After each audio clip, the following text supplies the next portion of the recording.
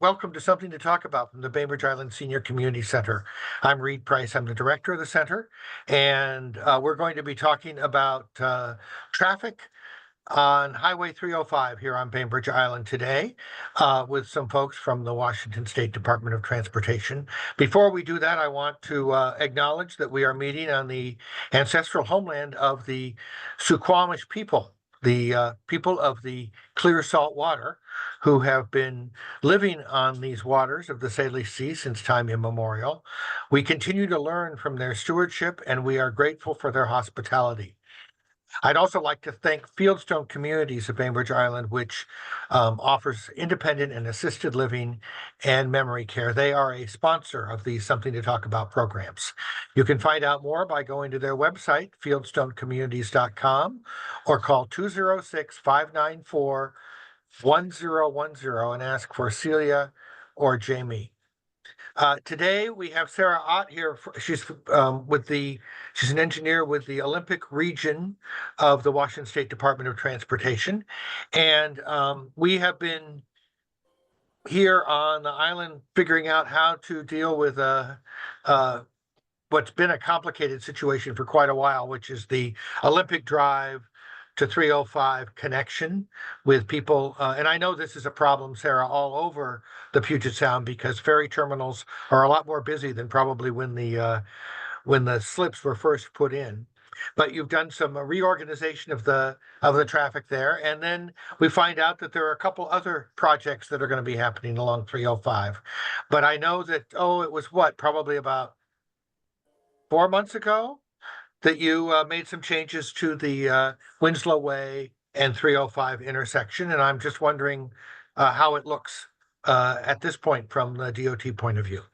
Yeah, no, thanks for having me, and I appreciate the care and the concern from the community. It's good to be able to have meetings like this, so I appreciate that. I believe you had Justin Belk on my team out previously. Yep, great. Justin's on a great adventure for the next few months until he'll be back with us. But for the time being, you're going to have me. So thank you.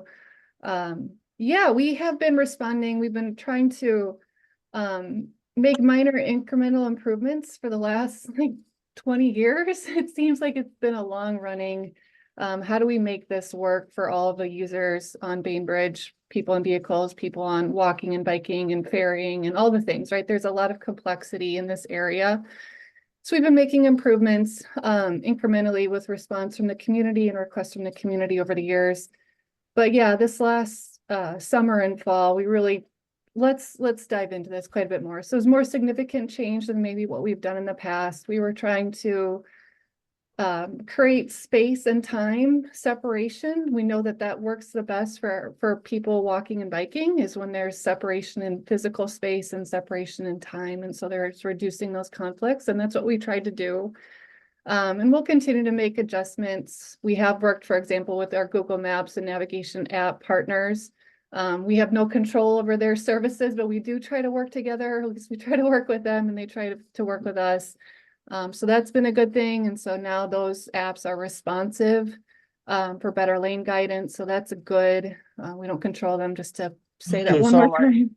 So if I'm driving to the terminal on either side, because there's been changes on both sides, obviously, but coming down 305, Google it's going to tell me that I belong in the right lane if I'm going to try to go to the ferry, or in the middle lane if I'm going somewhere else in town. That's my understanding, yes. So that's great. And I know you don't understand, I know you don't control that, but it's nice that they're trying to reflect that. Yes, exactly. We have made signing and striping improvements, really making that right lane the ferry lane. If you were going to the ferry, you're going to stay in that lane. We're not going to mix the right turn lanes in there, the right turning vehicles in there. And so then associated changes with the traffic signals at Winslow and Harborview. So yeah, those are the substantial changes that we made. But it was really in response to continued complaints and requests from the community and our partners, which we take seriously. And so we'll continue to adjust. This is not the end point for improvements here in the corridor. We're going to continue to try to make things better for everybody. Sarah, have you been able to monitor how our how we've been doing at learning the new system? Is it getting, at the first, of course, we had people taking right turns from every lane all the time. And I'm wondering if you're seeing, if you're able to monitor and see if uh, the system is starting to adjust or the users are starting to adjust. We are seeing improvement in, so we need people to obey the traffic control devices. That's also part of the problem. Humans are humans, right? But I think that'll get better as people get used, drive through it more than once or see the system more than once. I think there's a bit of, we just need people to not intentionally disobey traffic control devices. I think that's part of the problem out here. We'll continue to work with we're not an enforcement agency either, so we'll continue to work with our enforcement partners at Washington State Patrol, for example, or the City of Bainbridge Island Police Department. But resources only go so far, and I understand where they're coming from. They can't be everywhere all at once. So we'll continue to do that. We're trying to get a camera out there as well. That's one thing that we're researching, is how do we get eyes, our physical a camera, so we can see and react in real time, potentially with signal timing, and see those changes. But we have been out there, my team has been out there, I think, daily for many stretches of time, and we're continuing to monitor, and we'll do so. Really appreciate you being willing to talk to us about this, because it is helpful for us to have a sense of what you're trying to do with that location. I did sense that when you put up the reader board sign that mentioned what the potential fine was for disobeying the turn lane, I felt like I saw a lot of drivers look at that, hesitate, and then decide, okay, I'm going to go a different way rather than make that illegal right turn to the ferry. Yeah, we're trying to reach our audiences, right? And there's a lot of different ways to do that. Good feedback. Thank you. And are there, I think that I remember that there were going to be some other uh, changes in either the markings on the highway, or are there other parts of that project that are yet to be done? Or are we now in basically a position where you're going to continue to monitor and make adjustments based on what you see? There are some signing changes that we're working on. And I know my team is gonna try to get those implemented this winter. So the next several months prior to the next really heavy demand season for the ferry. So you might see some changes later this year, early next year, 2025. It's more, I would kind of qualify those as more cleanup actions. They're less substantial. It's more clarity to drivers on the ferry, additional signing upstream by like approaching high school and south, the ferry holding shoulder, trying to use a more consistent sign that folks would have seen in other approaching ferries, trying to be a little bit more consistent. Just a little bit more cleanup, another speed limit sign here and there to try to again clarify. Less substantial though, in terms of like the quality of improvements, is going to be a little bit more nuanced in this go around. And then signal timing is another thing. We know there's continued concerns for signal timing and how that's working at specifically Winslow. So we're going to look at that a little bit more and see if we can improve things a little bit better. There will still be a ferry phase, a dedicated phase, separate from the other phase southbound, approaching the terminal for people just trying to get to Harborview or other local trips. That will still be the case. And so like I said, it's not up, So we're the not at the harbor, end state. so We're so continue to improve. just for clarity, Harborview, that you mean those apartments that you're Right. taking a right from the center lane. And I do Yeah. know that people who are living in those apartments that come to the senior center have expressed appreciation for the fact that that's a lot less of a challenge to get across the ferry traffic than it used to be. One of the things that I think we can talk about as well is what it's like for pedestrians, and maybe that's what Rita, she has her hand up. I know that both she and I walk through that intersection. Rita, do you have a comment or a question?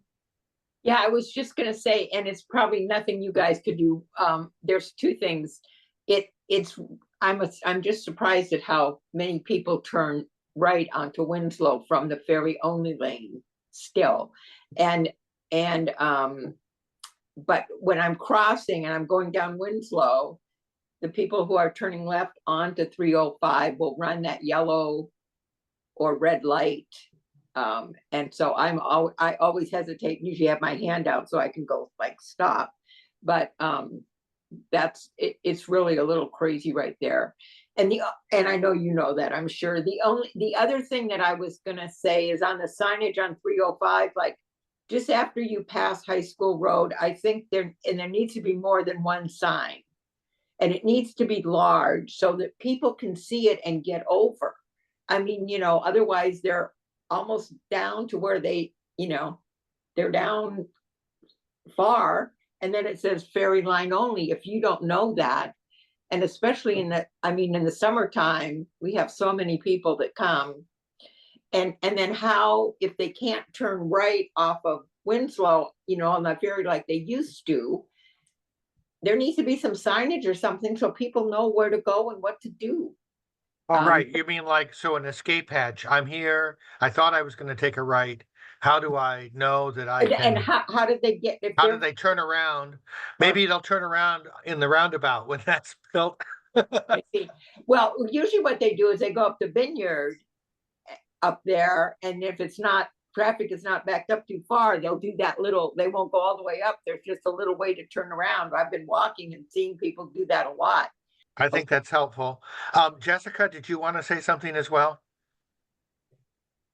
Sorry. Yes. Good afternoon. I live there as well, and I walk every day to work. I agree with Rita. Have you guys looked at implementing some kind of highway signage that goes over the highway? That I know that's very expensive, but what's happening is people are doing major U-turns on 305. They're crossing double lines. It's very illegal. They're not following traffic directions or anything along those lines. What are your thoughts and your future plans? Yeah, no, this is great feedback and I appreciate your observations. Again, just hearing what you experience is really valuable. So I appreciate that. Thank you. In terms of like a ped bridge or ped tunnel or anything like that to physically separate in height, elevation, that would be, like you said, you noted it, it's a very expensive project. Oh, I'm just thinking like highway signs, like big green signs that you would put, that you see when you get onto any major highway, which 305 is turning into. So that you have, maybe Like just an across lane sign that would be sort of up in the air that would say, ferry traffic here, like you might see on a freeway where it's like, this is the way to go across the bridge, this is the way to go to the ferry. I think that's what Jessica and Rita were talking about. There's so many trees on the right-hand side of the road there on the western side that people are just missing the signs, and they get down. It's very chaotic. They're lost. A lot of these people are coming. They don't live on the peninsula. They're coming over for the weekend. And then they are in the wrong lanes. I live in a condo that looks right down on this, and it's entertainment to say the least. And then if they're coming from Winslow and they're realizing, oh, they can't turn right or they can't turn left, they go all the way down 305 and then do immediate U-turn wherever the line ends. There's been numerous incidences and accidents, especially like at the the Vineyard Lane property there, where you're not allowed to go left coming out of there, but people do. And so it's just, clarity. My concern is as we grow, the Kitsap County, as Kitsap Peninsula grows, more housing, more infrastructure, this doesn't seem like it's going to really work for the long run. And then they're building that 100-unit affordable housing unit at Winslow and 305. And what is that going to look like? What kind of traffic impact is that going to have on that intersection? Well, I don't know whether you have a comment for that or you're just going to take that in as interesting information to help you, Sarah.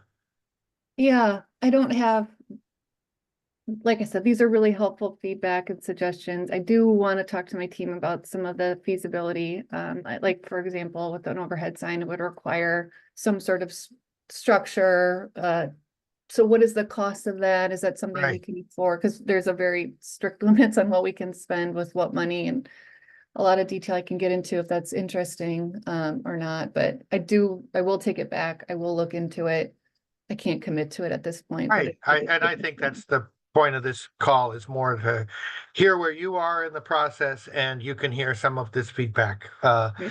Barb had also posted something. Do you want to share that, Barbara? You're unmuted, so. Hi, thank you for this opportunity. Sarah, I saw a cyclist almost hit one day when I was in the left lane turning right onto Winslow Way. The cyclist was coming down coming southbound on 305 and just saw the green light and kept going and was almost hit by a car. There is no signage for cyclists, and I think they should be following the auto traffic, but they may not have any good signage there, and I worry that this is something that might happen again. I'm terrified every time I turn right in front of cars and potentially cyclists there.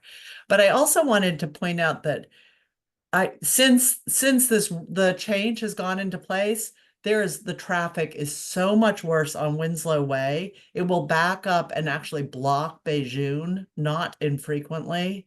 And it sometimes is backed up all the way. Once I was backed up all the way past Vineyard Lane coming down 305, and the ferry wasn't even, we were all sitting there. No one was going onto the ferry, but we're waiting for these lights to cycle through. And it took me 3 light cycles to turn right on Winslow Way. Also, High School Road is now backing up, which makes it hard to get to businesses on both sides. So it's just observations about things I'm noticing and I'm concerned about. One of the things Thank- that I would observe as a pedestrian through there is that it looks like one of the changes that you've made to try to separate the traffic, stop in between each of the signals so that there's time for drivers to try to adjust to the fact that it's a different traffic movement, is that it looks like the pedestrian crossing on the west side across Winslow Way, when that light is on, no traffic is moving. And so that means that all the pedestrians and all the cars are waiting for what often is, one person who, not always, because obviously we have to keep in mind people who are disabled or using walkers or whatever, but it's often like one person running across, and then we're all standing there waiting to have the light cycle through. So I know you mentioned a little bit ago about the idea of watching that timing and thinking about adjusting it. So that is probably a contributor to what Barbara was just saying. Yeah, we're looking into that for sure. Yeah. Jessica, you're back on. Sorry. Again, I am right there, and it's I spent a lot of time. Have you guys thought about doing it where you just let all the pedestrians go at one time? We see that happen a lot in the city. And that would allow more pedestrians to cross all different ways and go and visit all businesses.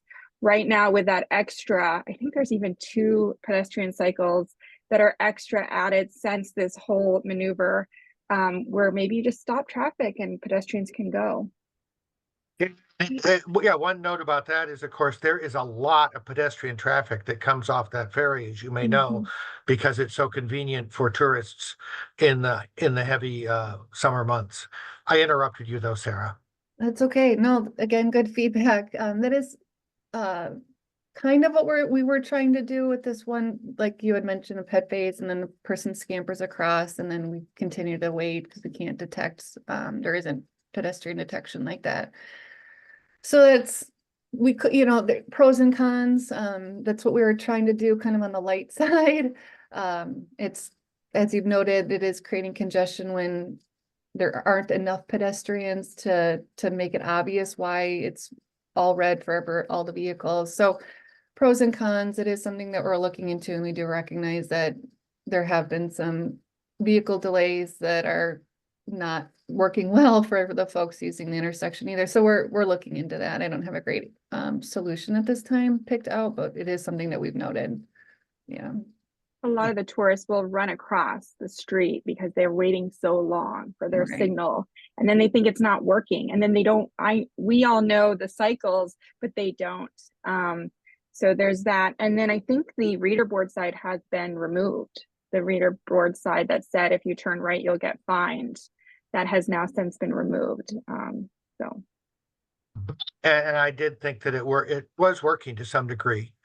Also, it's kind of interesting. I mean, this may be too granular, but I noticed that um, the pedestrian sign on the north side, which goes from the museum across to an office building, doesn't run on the same cycle necessarily as the one that's on the south side.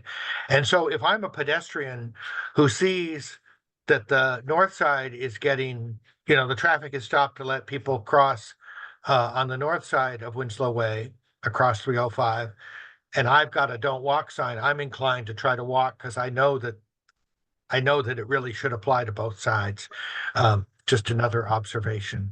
I want to make sure that if there's anybody else who has not had a chance to talk, who wants to, please let me know. We're going to go back to Barbara Trafton again.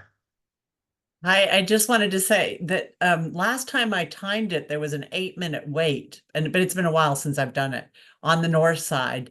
But while you're waiting for cars, which is a pretty long time for waiting there, which is I think what what Reed was saying. People do just get impatient. But the other thing I wanted to say is, if we have questions or comments, I know a lot of people put them on ClickFix, which is the city's website.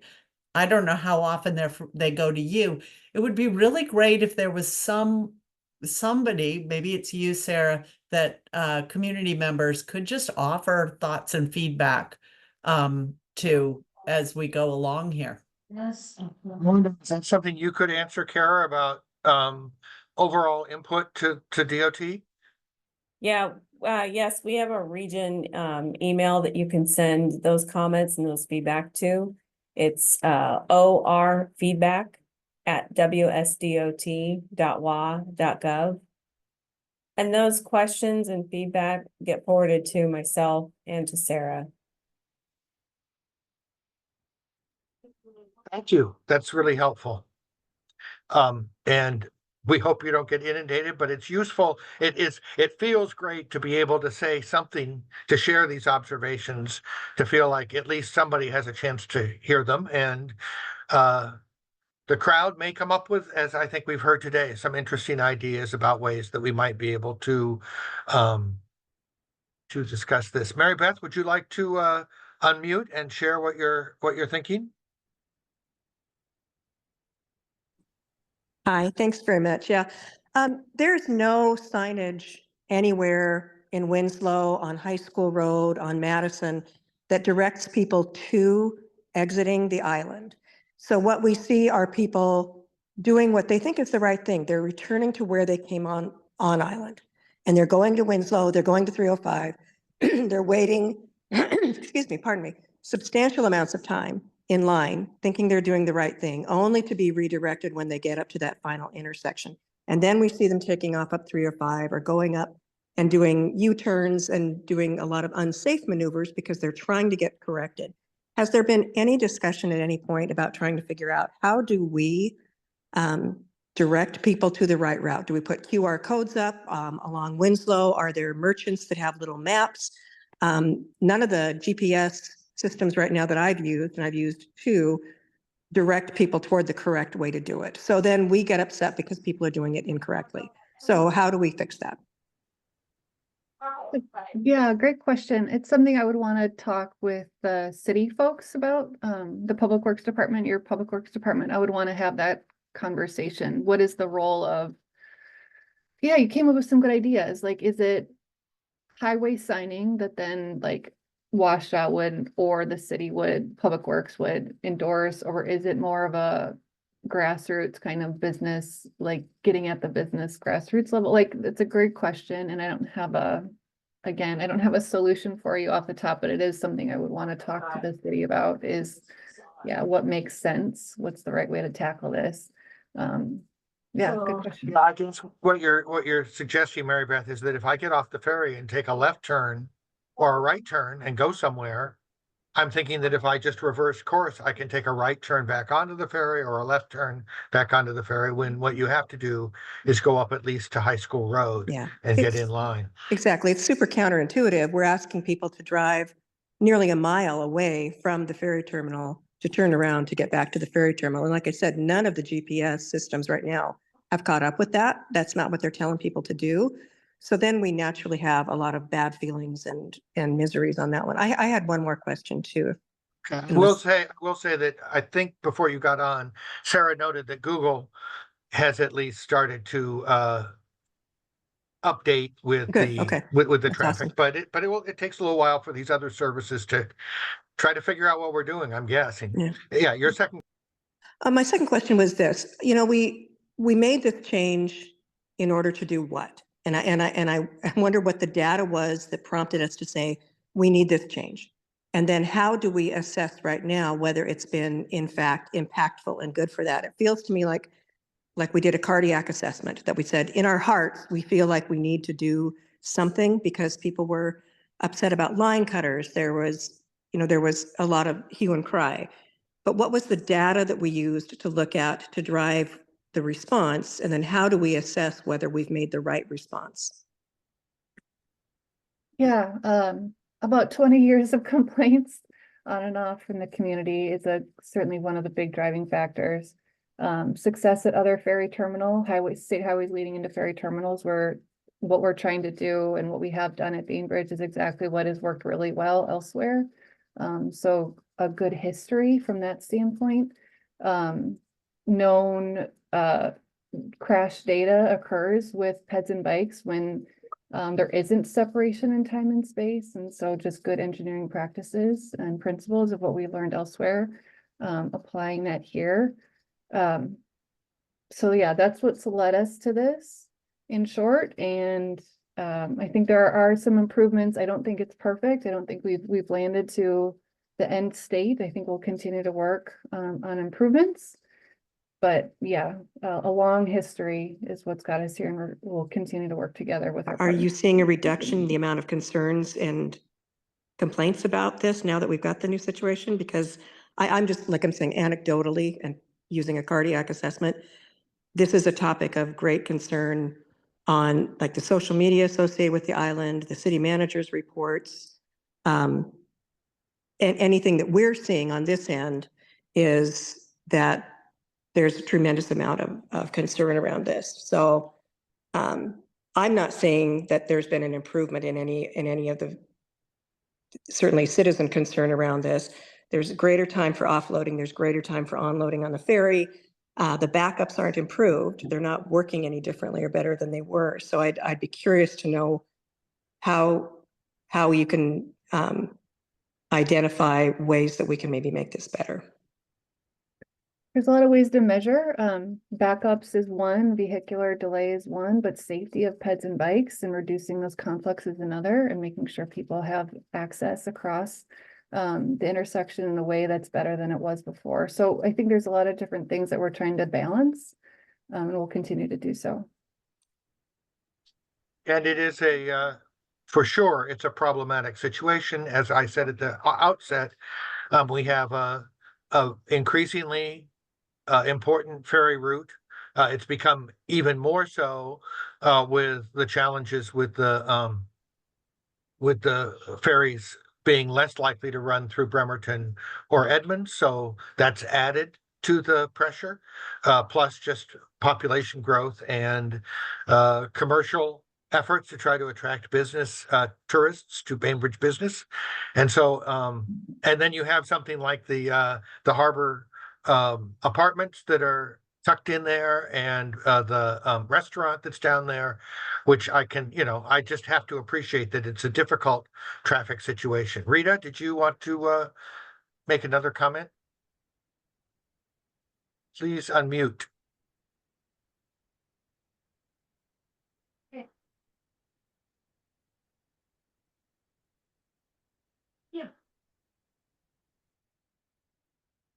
Yeah. Okay, there you Sorry. are. It kind of goes with what Mary Beth was saying. My question is is there a long-term plan? Or are you guys, or has it just been done piecemeal? You say you've been working on it for 20 years, so I just didn't know if there was a long range plan, you know, because usually when you do it, you got a 5 and a 10 and a 20-year plan, you know, when you're planning stuff out in business, whatever it might be. And so I just wondered if there was a plan and how far into it you were. Okay, thank you.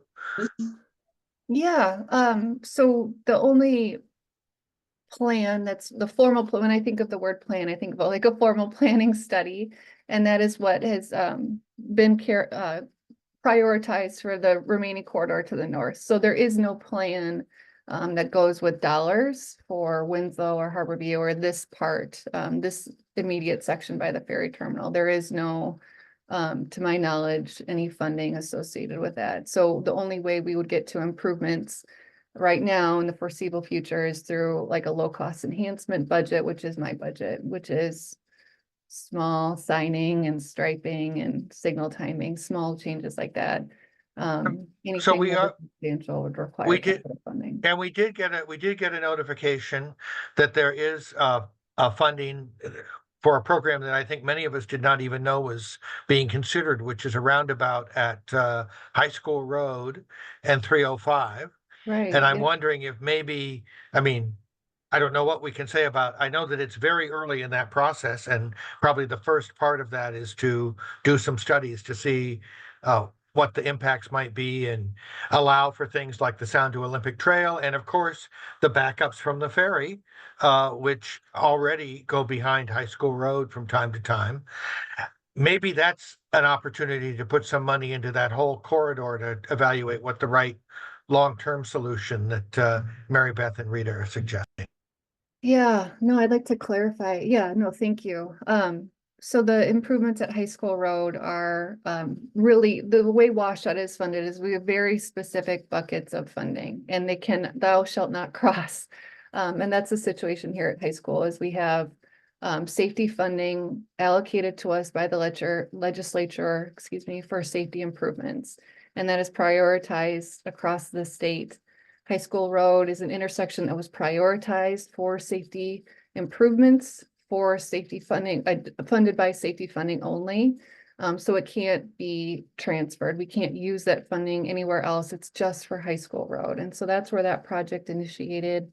We're still working out timing on that, but hopefully we'll come back to the community next year with what that project is and could be. But it's specifically for High School Road. Right, but obviously, as we're recognizing, this corridor goes all the way up. And so what you do at one place is going to affect what happens in other places.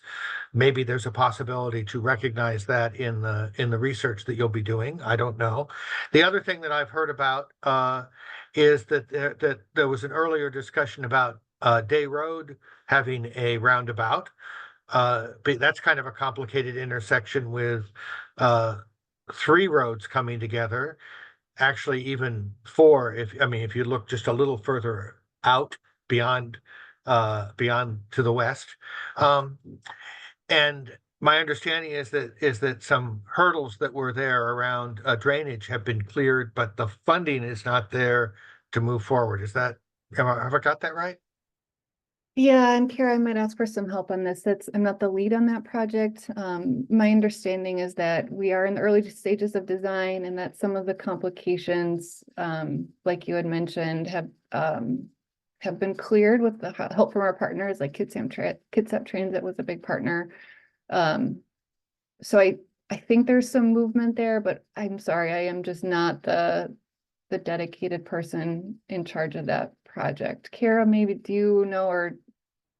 Right, so Day Road improvements are in early stages of design. This was funded, partial funding through Connecting Washington funding, and it's separate from the programmatic funding that safety funding that High School Road is. So this is where we talk about different color of money, one pot over here, one pot over there, and you can't mix them at all. It's in progress. It hasn't been, it's not one competing over the other. They have completely 2 separate sources of funding. And funding is one of those things that really does drive a project's timeline. I don't have the latest update on the challenges that they ran into with the retention ponds. So I don't have that information. We can certainly circle back on that and get it to you. Yeah. And then there's been a lot of work north of there, and it looks like you've made great progress on that. What is the sense of the upper part of the island and how those projects are going? Yeah, those two roundabouts, Westport Madison, Adisville Lane, those are in the final stages of construction.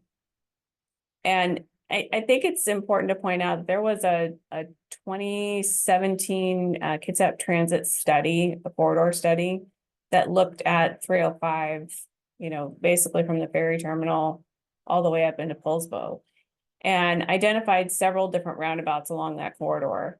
The two roundabouts that we are finishing up now were identified in that study. Day Road was also as well. Now, as a former substitute school bus driver, I can appreciate the idea of an alternative to taking a left turn up there across traffic. That was always a little scary for me. So the idea of being able to have an alternate route where everybody's moving a little slower and you're sharing the circle, I think makes a lot of sense.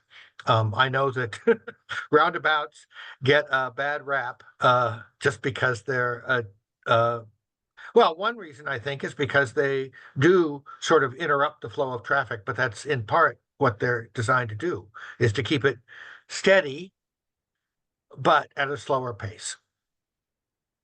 Yeah, roundabout to keep everybody moving, which is how they can be way more efficient than a signal in so many cases. Yeah.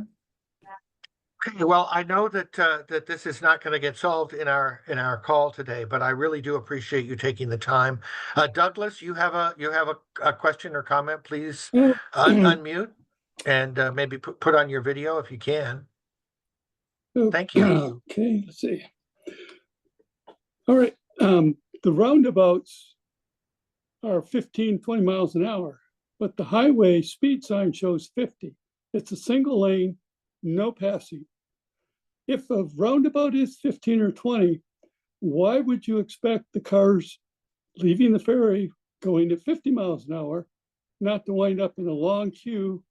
I'm thinking afternoon peak period northbound going off the island. That's the only route you have to get off the island. Why wouldn't the roundabout create a long queue headed towards Day Road? Because it breaks up there's other movements at the roundabout as well. So those platoons naturally break up just like at a signal. A signal, you force the stop with reds, yellows, and greens, but with a roundabout, any other left turning vehicle in front of that long stream is going to cut it off and they'll be creating gaps. So I don't see that being a challenge. Does it work? Okay, thank you. Anyone else have a comment or question for Sarah or Carrie? I really want to thank you both for taking the time. It is very helpful, emotionally at least, to have the opportunity to talk directly to folks who are working on these projects, because obviously we're here living with them, and having a sense of what it is you're trying to do enables us to at least appreciate the work you're doing as opposed to cursing the lights. Thank you both, and we'll stay in touch. And if you have an interest in coming back or more information, we're always very happy to welcome you. So good luck on your continued work.